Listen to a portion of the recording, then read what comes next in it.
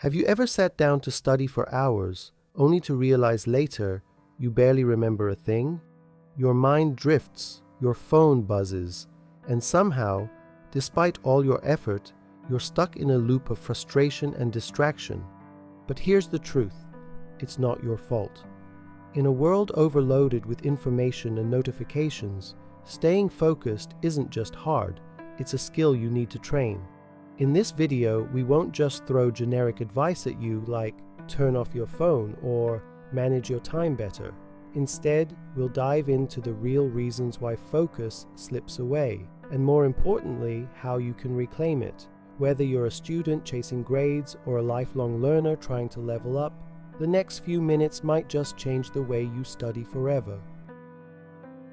You sit at your desk, the textbook open, your notes neatly arranged, the perfect setup for a productive study session. But just minutes in, your mind begins to wander. You check your phone, just for a second, stare blankly at the same sentence, or find yourself lost in thought. Sound familiar? You're not alone. This experience is more common than ever, but the real question is, why does it happen?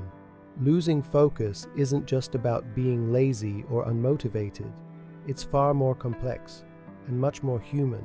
In our hyper-connected world, we're constantly bombarded with information, notifications, social media, endless to-do lists, deadlines, and expectations, both from ourselves and others. In this constant mental noise, our brains begin to push back. They say in their own way, "I need a break." Scientists call this cognitive overload. It's what happens when the brain is asked to process more than it's designed to handle. The result? A kind of internal shutdown.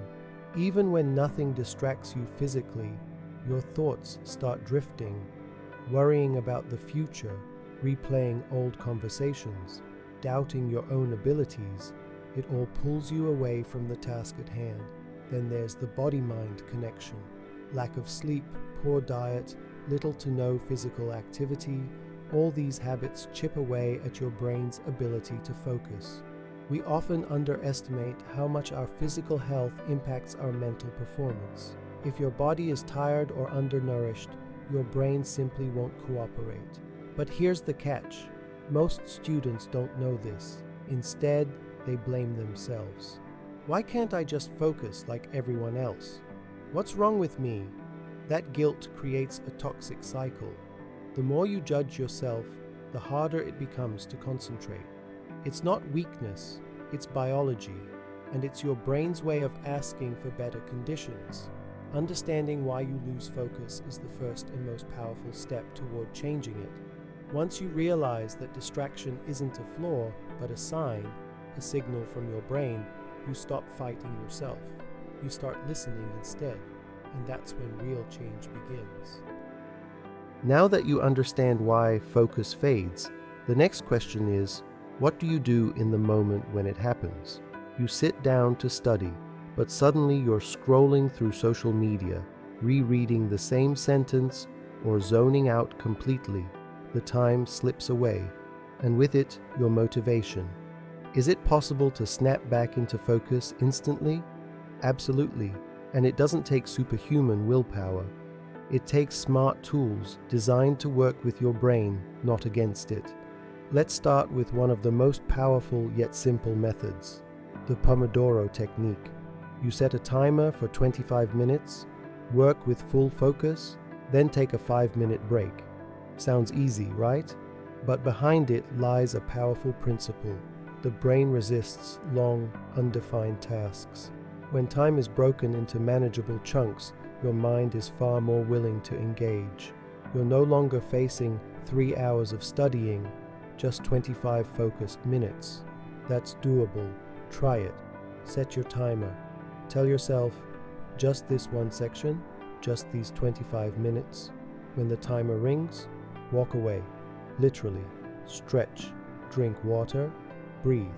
That short pause doesn't break your momentum. It builds it. Another instant tool? Fix your study environment. A cluttered desk, dim lighting, a buzzing phone. They all drain your mental energy. Clean up, light a candle, Put your phone in another room or use airplane mode. Make your space a signal to your brain. It's time to focus. But sometimes the distraction isn't around you, it's inside you. Worry, overthinking, mental noise. Here, try brain dumping. Take a blank page and write down everything in your mind. No structure, no grammar, just pour it out.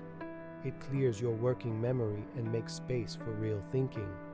And one of the fastest, most overlooked focus resets, deep breathing. 1 minute, inhale slowly, exhale fully. Again, this isn't just calming, it's biological.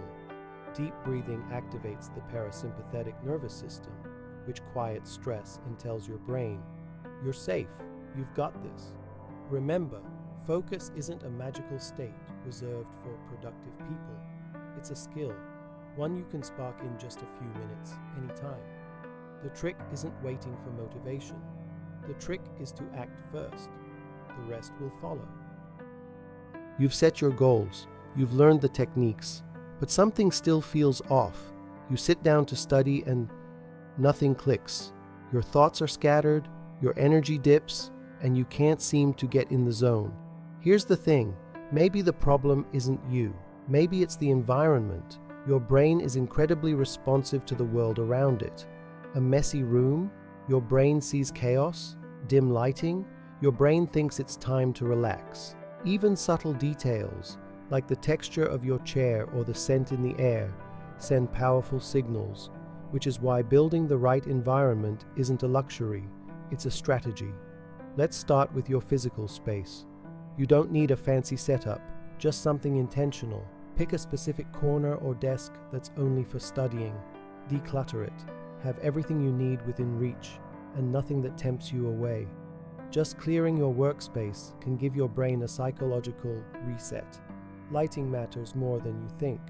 Natural light is ideal, but if that's not possible, use a warm white lamp that mimics daylight. Good lighting energizes your brain and reduces mental fatigue. Now let's talk mindset. One of the biggest mistakes students make is jumping into study mode without any mental warm-up. That's where a pre-study ritual comes in. These are small actions you repeat before every session. A cup of tea, 2 minutes of journaling, soft instrumental music, a deep breath. These cues prepare your brain, like a runner at the starting line. They say, it's time to focus. And because the brain processes the world through the senses, don't be afraid to use them to your advantage. Try diffusing peppermint or citrus scents, both known to enhance alertness. Listen to ambient music or nature sounds to drown out background noise. Even a comfortable chair and a clean table can make studying feel less like a chore and more like a space you want to be in. Finally, reward yourself. After each session, give your brain a small treat, a walk, a sweet snack, a few minutes of guilt-free scrolling. The brain loves rewards, and when it associates focus with pleasure, it will naturally want to return to that state. Your environment isn't just about where you study, it's about how you signal your brain to shift gears.